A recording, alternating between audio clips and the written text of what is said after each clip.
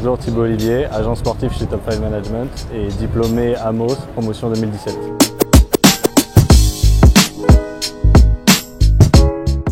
Top 5 Management représente aujourd'hui une quarantaine de clients. Donc, la moitié à peu près de notre roster est composée de joueurs professionnels, l'autre moitié est composée de juniors. Les plus gros clients de l'agence sont Elina Svitolina, Ons Jabeur, Arthur Hinderknecht, Katia Siniakova, Anastasia Pavluchenkova qui était en finale ici à Roland l'année dernière. Donc voilà, pour en nommer juste quelques-uns, mais on a une vingtaine d'athlètes professionnels qu'on représente aujourd'hui. La représentation d'athlètes, c'est plusieurs axes.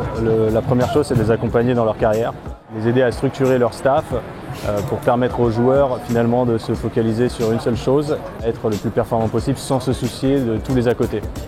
On gère également tout ce qui est droit d'image, ce qui est essentiel dans le tennis, puisque la différenciation entre le modèle d'un agent tennis et le modèle d'un agent football par exemple, c'est qu'il n'y a pas de contrat entre une structure, un employeur et un employé.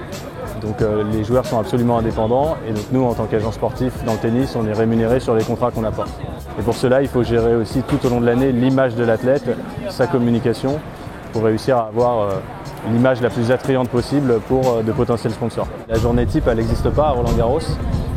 Finalement, une journée à Roland-Garros, c'est être au service de nos athlètes.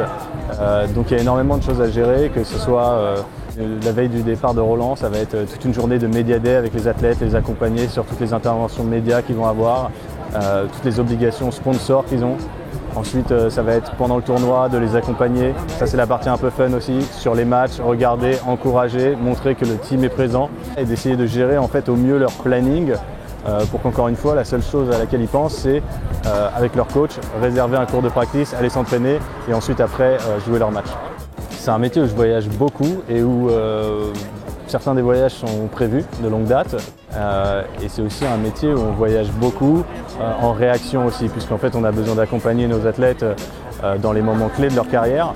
Et les moments clés, c'est des pics de performance. C'est par exemple Ons Jabeur qui gagne Madrid, donc le vendredi soir, je prends l'avion pour être présent sur la finale le samedi. La semaine suivante, elle est en demi-finale à Rome, je prends l'avion le samedi matin et je fais la demi le samedi et la finale le dimanche avec elle pour l'accompagner dans ces moments charnières. Et ouais, c'est quelque chose que je recherchais finalement déjà à l'époque quand j'étais à l'école. C'est pour ça que j'avais choisi le cursus international. Évidemment que parfois c'est pas facile de devoir partir du jour au lendemain sur un déplacement qui n'est pas prévu. Mais c'est aussi les sacrifices qu'on est prêt à faire pour travailler dans ce milieu-là et c'est ce qui nous drive au quotidien. Aujourd'hui, je suis complètement épanoui dans mon métier. J'ai toujours voulu en fait être au plus près des acteurs du sport.